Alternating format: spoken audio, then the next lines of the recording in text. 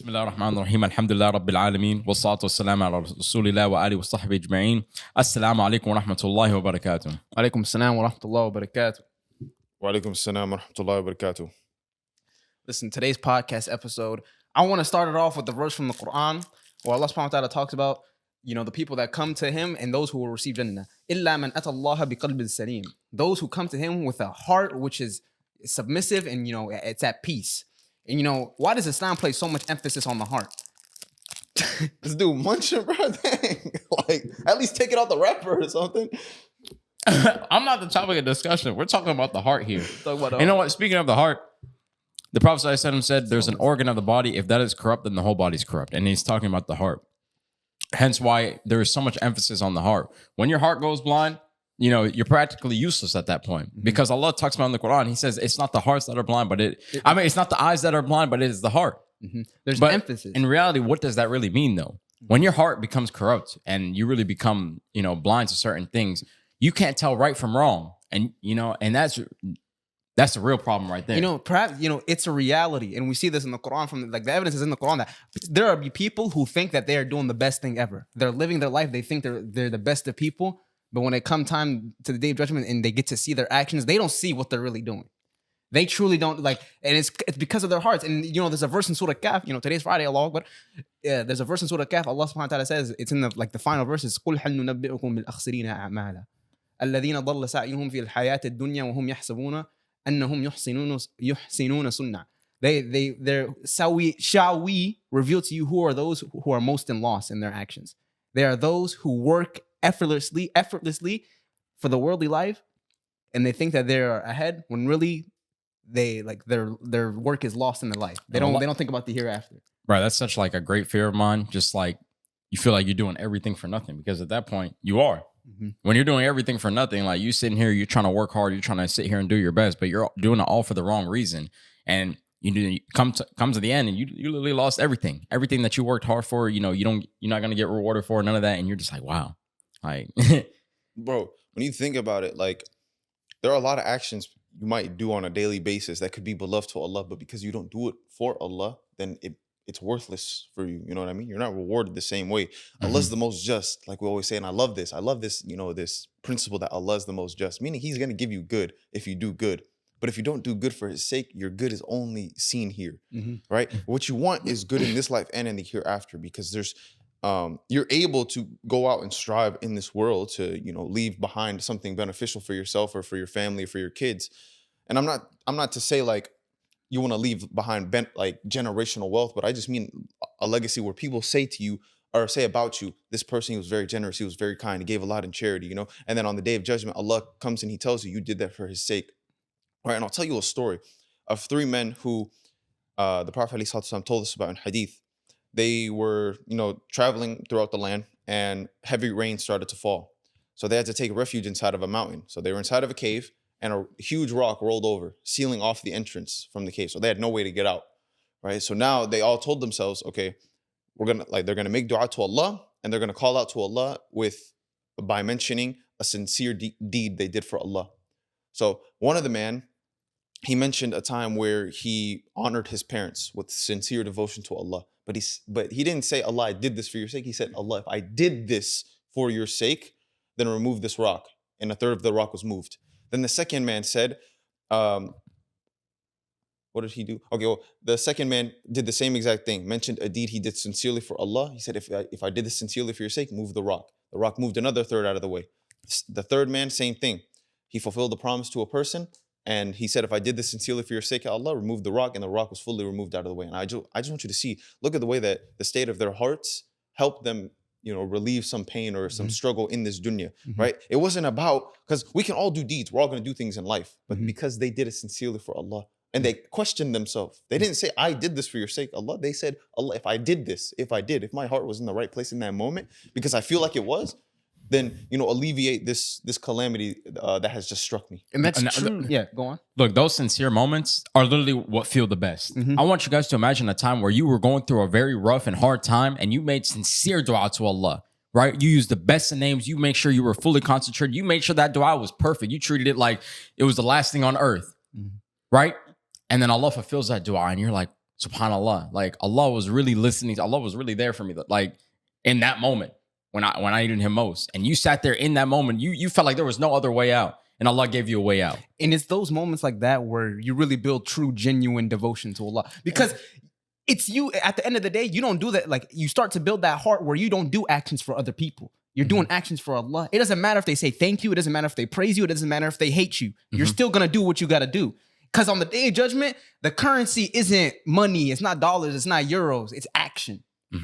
That's the currency. And those sincere moments, when you're really sincere and you do something for Allah, when you do something with ikhlas, like, hold on, 1 second. When you're doing something, when you actually do something that is sincere, it always raises you in iman. It always raises you in ranks because you feel yourself getting close to Allah. You feel like you're genuinely doing something. I want you to imagine, like, for example, after we pray, right? You're supposed to read subhanallah 33 times, alhamdulillah 33 times, Allahu Akbar 33 times. Think about all the times where you sat there and you rushed it. Subhanallah, subhanallah, subhanallah, subhanallah, alhamdulillah, alhamdulillah. Like, it feels like it's kind of meaningless. But I want you to just imagine the times where, like, you were sitting there in the moment, like you were stressed out and you said subhanallah, and you're just thinking in your head, like, there is no imperfection with Allah. Like, glory be to Allah. Alhamdulillah. Like, all praises and thanks due to Allah. Like, no one is deserving of this other than Allah. Allahu Akbar. Like, anything I'm doing in this moment right now, like, especially when I'm praying, when I say Allahu Akbar, in that moment, and I realize that nothing is more important, nothing is greater than Allah, those are the ones that are going to matter the most. Not those times when you're just sitting there just saying it. It's just, you feel like you're doing an empty deed. It doesn't feel sincere. And I'll tell you what, just to go off of that, like the dhikr of Allah. So recently, I've been trying to put into more practice doing more dhikr throughout my day, especially because, I commute a lot, I drive a lot and stuff. And whenever I do work, I like to take a couple minutes to just like ground myself in dhikr of Allah or Istighfar, right? And, back in the day, maybe a year ago, maybe 2 years ago, whatever, maybe when I was reflecting, I was thinking about when I wasn't doing this as much, yeah, life was going good, but it was fluctuating, right? I didn't know how to navigate these fluctuations of iman, or when I felt really productive and times where I felt less productive or times I felt less motivated. But now I could see there's a literal correlation to the amount of dhikr I do in a day and how productive and how motivated I feel. I was literally telling someone this the other day, that the more dhikr I make, the better I feel throughout my entire day. I feel good. My workouts feel good. My work feels good. Everything, my prayers feel so much better. But when I'm doing less dhikr and I realize that, I'm like, dang, bro, it's because I didn't make as much dhikr today. SubhanAllah. I didn't make as much istighfar because I ground myself in that remembrance to Allah. I ground myself. And Allah knows that. He knows that, okay, I know you want to try to do this. So when you don't do it now, you're going to feel the distance from me because you're not engaging in as much remembrance. If you feel that distance from Allah, know that that's a reassurance. That's a reassurance. And that dhikr that you make, it reassures your heart and it makes your heart strong. And then that sweetness that you feel, whenever you have a sweet heart, everything feels sweet, even hardship. I swear, I'll be Allahu Akbar. And during Ramadan, the pain and the hunger or the thirst that I feel, even when I work out, even this, it feels good. It feels better than when I'm not fasting. And then you go and you pray and you're thinking about that pain that you went through. And while you're praying, it just brings tears to your eyes. Because you did this for none other than Allah. That's how I really be feeling. And it's just that moment where when you're really doing something sincere, like, wow, this one sincere act, just because I did it for the sake of Allah, what if this is the reason why I enter Jannah? It doesn't matter all the other things that I've ever done. Like, this one sincere action, if Allah accepts it, like, wow, like that's the best thing on earth. Because Allah, I know Allah, if He accepted this from me, like, there's no better feeling than that. Bro, I want to bring up, since you just brought up Ramadan, you guys talking about these sincere acts. SubhanAllah, last Ramadan, all right? And I'll just reveal this to you just because, like, for relatability. Last Ramadan, when it started, I feel like maybe it was the first week. I felt like I was still low in iman. I was like, what the heck is going on? I'm still praying. I'm still trying to, devote myself to Allah, especially because this is the most blessed time of the year. I don't know if I'm going to make the rest of Ramadan. I don't know if I'm going to make it to the last 10 nights. But I was not feeling my prayers the same that I have before in past Ramadans, or even maybe the week before. So I kept trying to figure out what's going on. How can I be more devoted to Allah? But then I realized, I was like, bro, this in itself, that's how Allah is trying to bring you closer to Him. Right? These shayateen, they're not gonna, try to influence you as much because of, the blessing of Ramadan. But the fact that you still felt a little further away and you tried to fix that, subhanAllah, that struggle right there is inevitably bringing you closer to Allah. That's true. Because, just the fact that, you can go ahead and tell that difference shows that you still have iman in your heart. Because someone who doesn't, someone who's blinded, they're not going to realize it. They're not going to feel themselves getting far from Allah. You know why? Because they didn't have that connection. That's the scariest thing. You know what I'm saying? It's like, that's the scary. If you commit a sin and you don't feel it, or like you say something horrible to another person and another person's correcting on you and you don't see where you went wrong, like, bro, what I was are you gonna talking say, about? but look, hold on. Like, this happens to literally everybody, right? And it starts to get to a point, right? And I've even like realized this myself. You get to a point where, just personally speaking, where it's like, you might be doing something, you might hate a sin, right? But it might be something that you struggle with, right? So then you might end up in a time where you're struggling with that same exact sin. You're going back to it. You're like, no, this is wrong. This is wrong. And then you keep on going back to it. Then all of a sudden it's, let me try to justify or this and that. And then it gets to a point where it just feels normal. Like that's exactly what you don't want to be like. You know what I mean? Like once you get to that point, like you're this close to like losing everything. That's exactly why I say it's so important for like us. Like this is a huge reminder right here is don't go out speaking about things that you really don't know because that'll corrupt your heart, bro. This ignorance, that's a disease in itself. That's a disease of the heart because you really don't know right and wrong. You could say you don't know right and wrong when you've lived a life of sin, but if you live a life of ignorance, you also don't know right and wrong. Bro, because how do you know Allah's command? I've seen people, in these social media comments, right? They'll talk about, oh, that's not haram. Why are you speaking about this or whatever? And something actually is haram. But you even not knowing that, that's a disease in itself because if someone told you something was, wrong and you're not supposed to be doing that, especially as a Muslim, and you don't go and, fix that, right? You don't fix, the lie you just told. Because if you make up a lie about Allah and his messenger, what happens? Well, that's more wrong, yeah. Right? Right. More wrong. And it's just a very scary situation because you don't perceive it. You don't perceive the wrong. You don't perceive that, oh, I said this thing was a haram, but now I learned about it, but a whole bunch of people may have saw that. Now they go engage in this thing. You're going to bear that. You will. You're not going to bear the like, it burden doesn't of hurt you. Like, it sin. sounds, But yeah. look. You're not going to bear this burden of anyone's individual sin, but if you push someone, if you guided someone towards a sin, you're going to bear that every single time. Yeah, just like whenever you guide someone to do something good, you have a reward like the one who did it. Yes, same thing goes with guiding to misguidance. You guide to something wrong, you will have a reward like the one who did it. Bro, I want to share with y'all something that happened last Ramadan. And like, cause we're speaking about hearts, and this day was so significant to me because I still remember how I felt on this day, and it was like it was like I was living a different life for a day. Because this is how I remember it. I remember it's Ramadan, last 10 nights, Tarawih, I think it's like 26th night maybe, or 25th. I'm in high school at the time. School starts at 8 a.m. I get home, and at this time I'm playing sports after school. I'm getting home. I get home at like right around Maghrib time. Like I was a busy high school student, right? I remember I get home around Maghrib. I go to Maghrib, and I eat right after thought. I go to Maghrib to the mosque so I can try and get like to the first off because they be hogging the first line. They be placing their mat there and they be hogging. I'm like trying to get there first. I see some brothers there. Keep in mind, I see them at Maghrib. They're there. Pray Maghrib. I go home, come back. I pray Isha there. Then we're praying Tarawih. They pray 20 rakat Tarawih. I stayed for the 20. Alhamdulillah.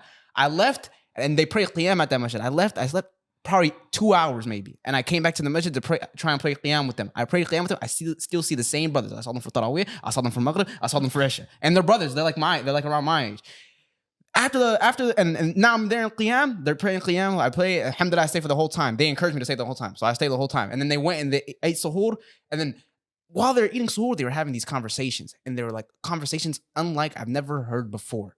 They were talking about, like Adam, like the unseen. They're talking about Prophet Muhammad sallallahu alaihi wasallam. They're talking about the setup. They're talking about Allah subhanahu wa ta'ala. They're talking about angels. Like these guys are young people. Like imagine, it was strange to me. I was like, dang, like this is, I was like, everyone had so much energy, though no one had slept. No one was sleeping. Everyone has so much energy. And it's because I want you guys to like really hear this because it's because of like our hearts, how we feel. I didn't feel tired. I wasn't tired at all. And I'm up like for 24 hours at this point. So who comes? We pray Fajr. I'm still same brothers.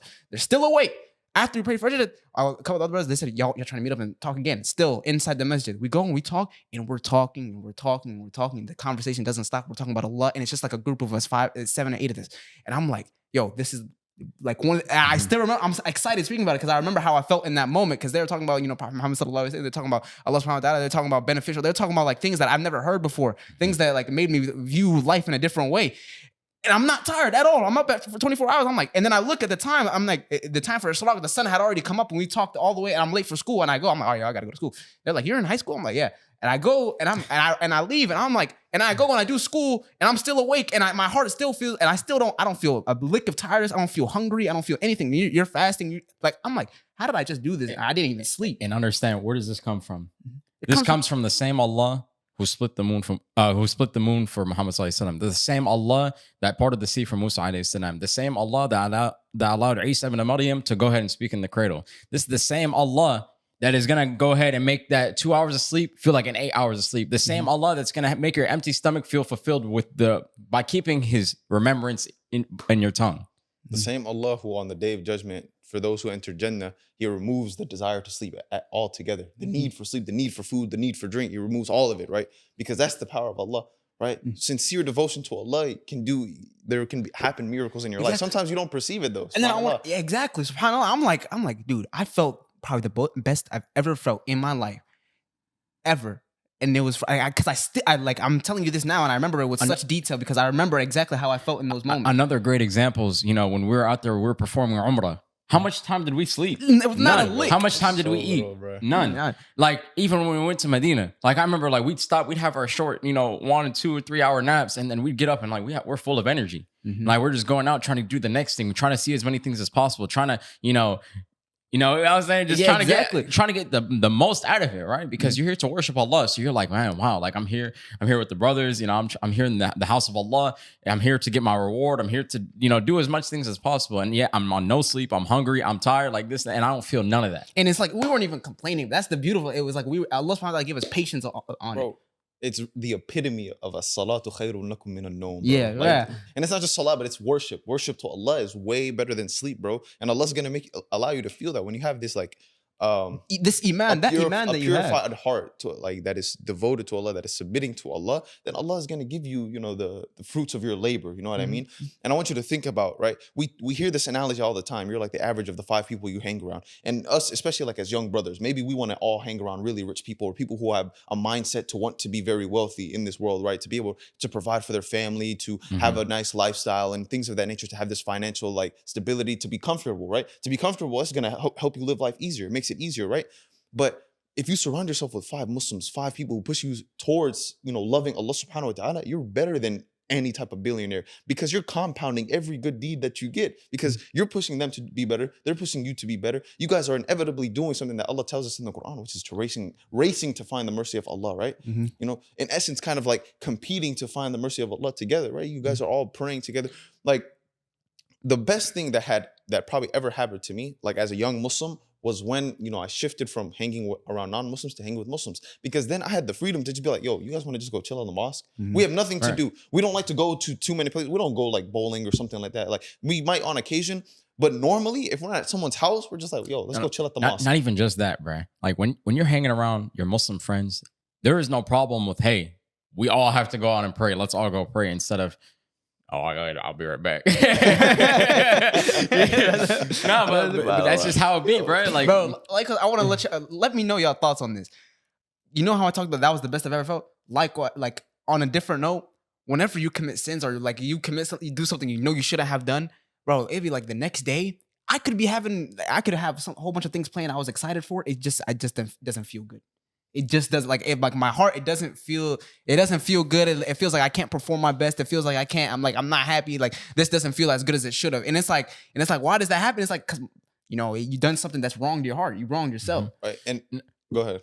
Also understand the fact that you're being tested. Like Islam is not just all about, I'm feeling good, this and that. Like, for example, like a lot of us, we might listen to the Quran recitation just because it sounds good, but you just defeated the purpose. The whole purpose of the Quran is to sit there and reflect upon it and to take the guidance. And yes, of course, it will sound good. Of course, it will give you a calm heart, but don't let that be the reason why you're not sitting there reflecting upon it. Right? So we have to understand if we're always being tested, we're going to have those days where we feel extremely good for our actions. We're going to have those days where we feel like we're not getting anywhere, even though we're doing the most. But understand that, Islam, of course, it's built upon evidences and all that, but it's still a faith at the end of the day. You still have to have that belief in Allah because that belief in Allah is what's going to take you to Jannah. It's not the fact that, I believe in Islam just because, evidences and I saw an angel. No, you don't see the angel. You have faith. You have that faith in what's seen, what you can see and what you can't see because Allah told you so. Exactly. And I want I want to give some advice. Like, if you ever feel like you're far from Allah, right? Or you ever have those moments where you feel like your prayers aren't being accepted, or you may feel like your du'as aren't being heard, right, then you have to really look at the state of your heart, right? What are the deeds that you're doing? What are things that could be taking you away from Allah, right? Seek Allah's guidance from that. Ask Allah to take you away from things that He doesn't like, things that He doesn't love, bring you towards things that He does love, and then also seek His forgiveness. Seek His forgiveness because Allah tells us in Surah Nur that if you seek forgiveness, He will increase you in wealth. He will grant you children. He will grant you the crop. Like He will grant you this dunya, right, in a manner that is pleasing to Him if you just seek His forgiveness, right? He'll give you all these blessings in life if you just seek His forgiveness. Because why should you seek His forgiveness? Because you do sins that you know, you do sins you don't know, you do sins publicly, you do sins privately. There's so many things that we do that we're sometimes unaware of because Allah is alim and ghayb, right? He knows better than us what's in our hearts, right? He knows the state of our heart. So that's why we have to turn back to Allah for Him to fix our hearts, right? So that He can help us purify our hearts. You want to know the way I started looking at for like istighfar nowadays? Like this is something brand. I'm talking about like this got updated last week for me. I started looking at istighfar like this. I know I could do better. Every day. Like I'm not a Monday through Friday type of guy. No, I'm a Monday through Sunday type of guy. Every day. I know I could do better. And like I seek forgiveness from Allah. Like I say astaghfirullah because I know like I had a shortcoming here. I had a shortcoming there. I probably did something wrong here. And it's like, and it's day by day for me. It's not just like, oh, like at the end of the week, I wait till the end of the week and then I do my weekly seek forgiveness. Like, no, that's not how it works. It's every day for me. It's like, I know I could do better. I expect better for myself. You really humiliate yourself when you commit sins and you allow yourself to be worse and be a slob and be just the like, when you allow yourself to be a bad person, like you're really humiliating yourself. When you allow yourself to lie, you humiliate yourself. You're only fooling yourself. That's why every single time, like every single day, it's like astaghfirullah. I know I could have did better. Astaghfirullah. I know like if I could really utilize every single second. That's you just said something very real, right? Because this advice that I can do better, it's one of the realest things you can tell yourself. And that's where this istighfar could come from. Because if your day didn't go the way you planned, if your prayers that day didn't feel the way that you wanted them to, you did something wrong. You did yourself a disservice this day because you didn't do your best. Your day was not like at its best. You weren't at your fullest potential today. And if you weren't, seek forgiveness from Allah. And this is why I always talk about the fact that no matter how good it may seem like you're doing, you can always do better. I don't care. Look, you doing 5 istighfar, you could do 10. You doing 10, you could do 100. You doing 100, you could do 1,000. You doing 1,000, you can do 10,000. You know what I mean? It's just that constant drive. You might not exactly get what you're looking for, but you're gonna get better than you were before. Like we all hear like the cringy saying, shoot for the moon, but if you miss, you land amongst the stars. Like, yeah, of course, we hear that it's cliche, but it's true. Like you always gotta aim high, right? And you might not always reach your goal, but at least you get somewhere. You get better than where you were right now. You're in a better place than before. Exactly. The biggest disservice you could do to yourself is to say, I think I did my best today. Like you could do better. Like you limit yourself when you say, okay, this is the best I can do. When in reality, you really could have done better. You know what? It's another like motivation, just something to think of. Today could really be your last day. Like you're gonna sit here and say, all right, I'm shutting my eyes for the night. I could not wake up in the morning. Did I do everything to the best of my ability today? Oh, I didn't. Why? Bro, subhanAllah. Ask yourself why. What was stopping me from doing my best today? Was it the people that I hang around? Is it something that I'm doing? In my heart? You know what I mean? Exactly. Did I not make enough istighfar? Did I not, it's just always, every one of us is going to have a different reason why we didn't do our best today. But it's, it's just an excuse. And people might think we're crazy for how much we encourage reflection, but like, do people not express genuine concern for their life? Genuine concern for like, what will your loved ones like? There's a lot of people out there. What would your loved ones say about you if you were to die today? I was gonna say like, where's the sense of urgency? The fact that you could die at any moment, right? Obviously, that's not something that we're thinking about 24/7. But just at least let that thought pass your mind once a day or every time that you go and pray. We reflect on anything but our deen. I'll give you an example. If you're someone who wants to lose weight, you're going to reflect on, okay, what am I eating? What is my gym routine looking like? How am I going to go about, like losing this weight and, being active in the gym so that I can achieve these results, right? And what was I doing before, right? That got me to this weight that I don't want to be at. Same thing if you like leave a job, right? You're going to reflect on, okay, what about this job did I not like, right? The next time I go look for a job, what am I gonna, look for that this job didn't have? Maybe the career was good, but maybe I didn't like my bosses. Okay, you reflect on that. I don't like the people. I got to make sure the environment next time is much better. Oh, the pay here wasn't that good. Okay, next time I'm gonna go look for a better paying job. Right? You're reflecting on everything. But see, when it comes to your deen, you're not so like heeding towards this level of reflection.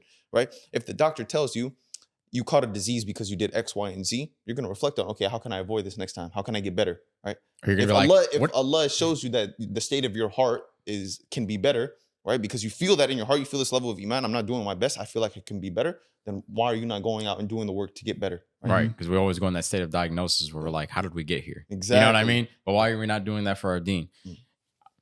I don't know. One quality that I like, that I always like to do, no matter what it is, whether it be a video game or whatever, I'm just like, I'm just, if I'm not doing my best at it, then I failed.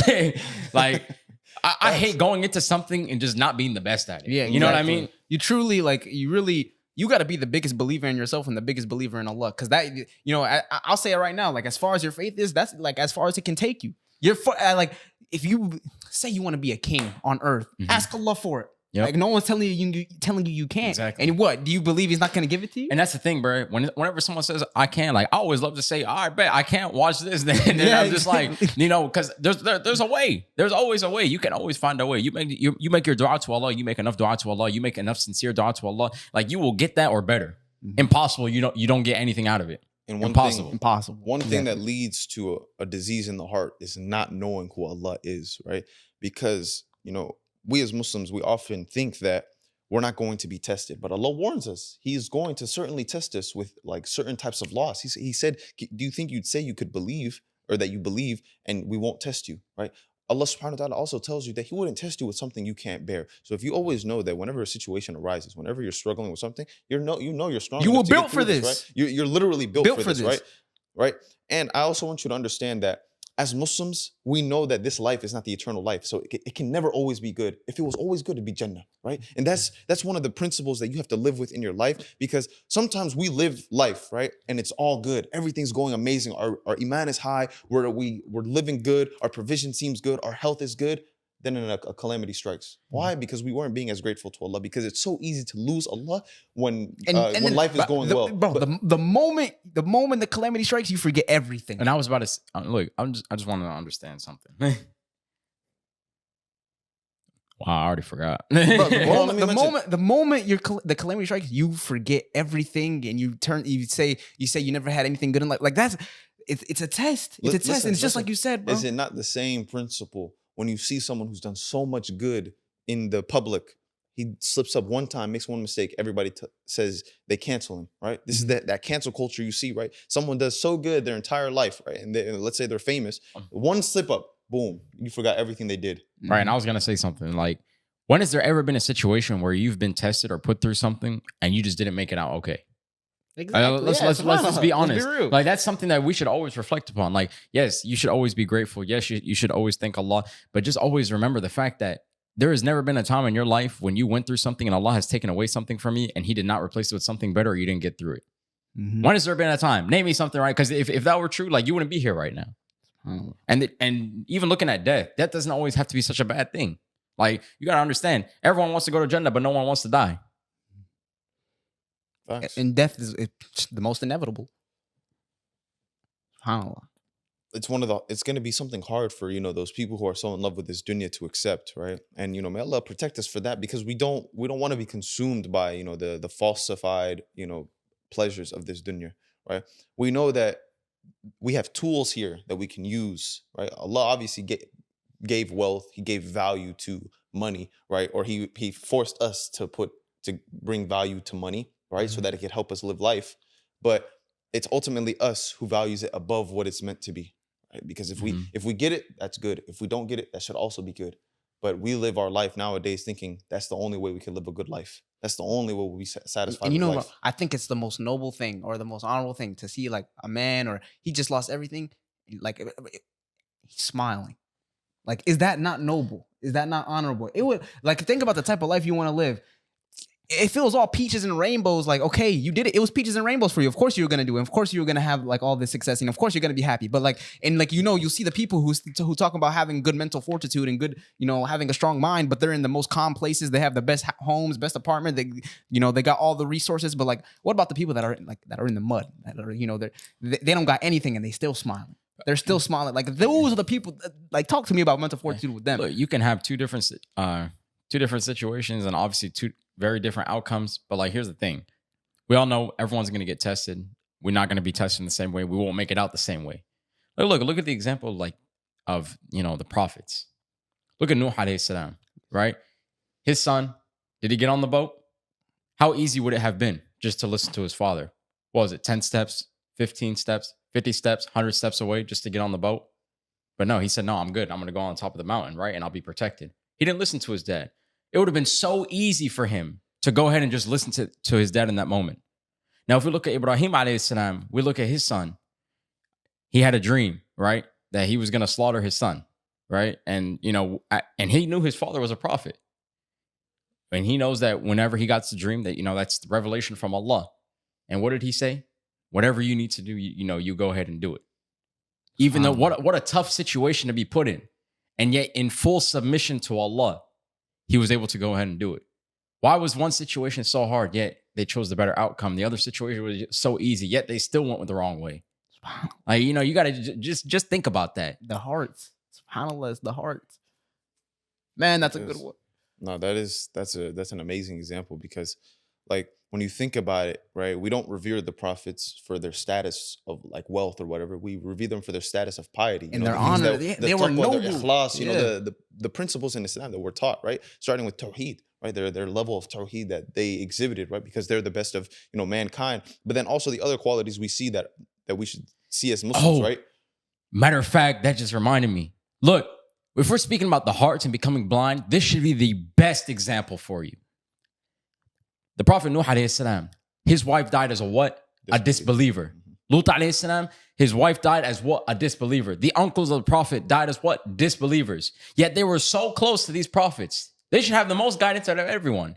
But yet they still died as disbelievers. But yet, even like fast forward now, 2025, you have someone in a remote country, they know nothing about Islam, yet they still die as a Muslim. Like, subhanAllah. Just think about that. It's not about lineage. It's not about color. It's not about race. Like, look how blinded your heart could really be. You have a prophet right there, right in front of you. You sleep with them. You're there with them every single day. You see them on a day-to-day basis, yet you still don't believe. And yet, look at us as Muslims in the year 2025. We've never seen any of these prophets, and yet we believe in them full-heartedly. Because if you don't, guess what? You're a kafir. You're a disbeliever. You're out of the fold of Islam. That's hard, bro. And that actually reminds me of something, right? You know how some people like to say, oh, I wish I was alive during the time of the Prophet and the Sahaba, right? Mm-hmm. They think like, oh, this life, it's like this, there's too much fitna, blah, blah, blah around here, right? And they think, oh, it's different. Like, you were surrounded by the Prophet. But look at, the way that being surrounded by the Prophet ﷺ tried those people, right? Mm-hmm. Why are they so revered? Why is the status of the Sahaba so high? Because look at the fitna they had to go through. Of course, yes, we have to go through the fitna today of like, lowering the gaze and stuff like that. That's nothing compared to what they had to go through. They were pushed out of their homes. They lost their status. They lost their wealth. They gave up everything for the message of Islam, right? To be able to be called Muslims, to follow the Prophet ﷺ. None of us would be able to go through that, or else we would have been there. And I was just about to say that. You know what I mean? Like, how could you really say that? Because at the time, you never know. The likelihood of you growing up in a disbeliever's home was very likely, right? Mm-hmm. Because there wasn't many Muslims out there. So the likelihood of you being born to a disbeliever's home would have been very likely. And the likelihood of you accepting Islam would have also been very slim. Yeah. So you got to think about it. You better be grateful for the time that you were born in now, right? You got to honor what Allah has given you now. You got to be grateful for what Allah has given you now. Not worried about the past, not worried about the future. Like, you got to be thankful and grateful for the moment right now and work towards your future, right? Like, you don't ever want to sit there and be like, yeah, I wish I would have done this better. No, it's called Allah. It all comes from Allah. I believe it was a Sahabi who said this. He said, it would be better for me to bite on a hot coal than for me to say, I wish the decree of Allah had not happened. Mm-hmm. Right? And exactly, because what are you doing? Why are you questioning Allah? It's like going outside. You think you know better? No, like, for example, you go outside. It's cold outside. You're cursing the weather app, but who decreed that? No, fact. Who willed that this way? Like, you know what I mean? Like, like, honestly speaking, it's not even something that's funny. Like, you go outside, like, it's raining outside. People are like, man, I live in such a 4-letter word place and this and that, and it's just like, subhanAllah, like, who gave that to you? Allah did. Bro, I remember. But someone asked me recently. They were like, do you ever wish that you could just know the future? I was like, no. I was like, yes and no. Of course, like if I could know that I was going to Jannah or something, right? But then I was like, no, because the uncertainty of knowing, like, okay, is everything I'm working for, is it gonna happen or is it not? If it doesn't, what am I supposed to do? What if I see like the path I'm on? Oh shoot! What if I see the path I'm on right now and I see that it leads me to Jannah, to Jahannam? I can't do anything about that. No matter how much I change, that story is written. What am I gonna do that? And you know by I believe it's like what the Mandela effect or something. Even if you were to know, you're still gonna lead yourself down that path. If you were to know your end right now, no matter what your state of your life you're in right now, it's gonna lead you down that path. The way I was thinking about it, I was like, okay, so if you were to know, your future, right, how your end is. Let's say you were to die upon this belief, but right now you're a believer. You trying to avoid that is gonna end up be like leading you to disbelief. That's the way you see it. Because if you worry about the things that you can't worry about, the things that you can't control, you're inevitably gonna tear yourself down. You're gonna tear You're your gonna heart tear apart. your heart out, right? It's gonna tear your heart because You gotta control the that's what things you Shaytan control. wants. Shaytan wants you to worry about things that are out of your control. That he wants you to worry about the unseen, right? He wants you to make questions like, questions that you don't need the answer to. Questions that Allah did not reveal the answer to you because you don't need it. But then when you start asking them and you're like, oh, where can I find the answer? Now you start thinking different of Allah subhanahu wa ta'ala, right? Because I remember when I was first seeking knowledge, and I was really trying to get heavy into it, I started asking like these questions because I obviously didn't know. But then I started realizing like asking these types of questions, they don't benefit you, right? It's just gonna tear your heart out because now you're gonna be like living with this curiosity and it's just gonna be building up. And then the love for like knowledge because, something is not there, right? Like, for example, if you're thinking there's other humans out there, it's none of our concern. What does that have to do with your deen, right? Mm-hmm. Believing in the unseen, that's all you need to know. We don't say yes or no, we just say Allahu A'lam, right? We just say Allah knows best, subhanAllah, right? Yeah, just like those people that be like, oh, the Quran needs a revision, or I wish the Quran would have said this, or no, you don't. You shouldn't wish that. Allah revealed it the way He wanted it revealed, and that's the best way it will be revealed. That's because Allah revealed it that way, knowing that that's the perfect way to reveal it to us. Like, why are you sitting here and questioning that? Or like, even hadith rejectors, exactly, bro. like, bruv, you think you know better, bruv. I was literally debating a hadith reject on our YouTube today, bro, because I was like, the thing is, for one, I missed the debates low key, just because not a debate with like no non-Muslim, but if you're someone who's claiming the religion of Allah, I gotta know like why you think something like this and why your logic is this way. So I had to actually talk to him. I had to like bring just rationality. I'm not gonna bring a whole bunch of evidences because I don't need to. I can just bring rationality. Why would Allah not provide for His religion and telling you to obey the messenger if the Quran tells you to obey the messenger? How do you obey the messenger?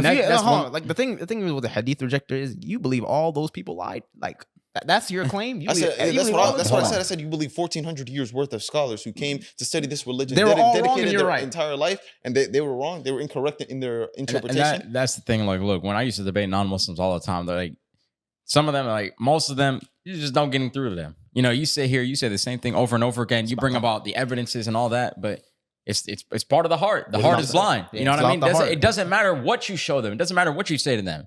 And like that's when I really got to the point where I'm like, man, it's not even just about what I'm debating here. It's about some random person might watch this video and they might get guidance from it. You know what I mean? I'm not so worried about the person I have in front of me. Because you just never know. Look, the heart becomes so blind that like for these hadith rejectors, if the person who narrated that most hadith came to Abu Hurairah came to one of these hadith rejections and said like, yes, the Prophet ﷺ said this, they wouldn't believe it. Because if you can't believe it right now when you can't see it, then why would you believe it when it's right in front of your face? Because the same thing would happen. Allah would say, now you want to believe? Yeah, now you want to believe? The same thing with Fir'aun, he saw the sign of Allah right in his face. He was about to die. He said, now I believe. No. Allah said, no. Now you believe? No. Now you want to say that? No. It's not going to count, bro. It's not going to, it doesn't matter. It's about the heart. Right? That's why the Prophet ﷺ called this ummah his brothers, right? The people who came after him, who couldn't see him, but they will believe in him. They will believe in his message, right? That he was the messenger of Allah, subhanahu wa ta'ala, right? And with that, inshallah, that's going to close out this podcast. I hope you guys really take some lessons, about the state of your heart and about, how to navigate, right? Whenever you feel like your heart is becoming hard, right? To the signs of Allah subhanahu wa ta'ala and to the teachings of the Prophet ﷺ, right? Because the thing that we should embody the most is trying to follow Prophet Muhammad sallallahu alaihi wasallam because he is the best of mankind. There's no other mentor out there that could teach you better than what the Prophet ﷺ came and he taught and what he preached. So, inshallah ta'ala, take that and assalamu alaikum wa rahmatullahi wa barakatuh. Make sure to share this with your friends and family. You never know whose life you can change by sharing this video. And just to let you guys know, we're still students of knowledge. We're not scholars, so we're open to any correction. Assalamu alaikum wa rahmatullahi wa barakatuh. If you have a bad heart, make sure you listen to some Quran. It will help you. Assalamu alaikum wa rahmatullahi wa barakatuh.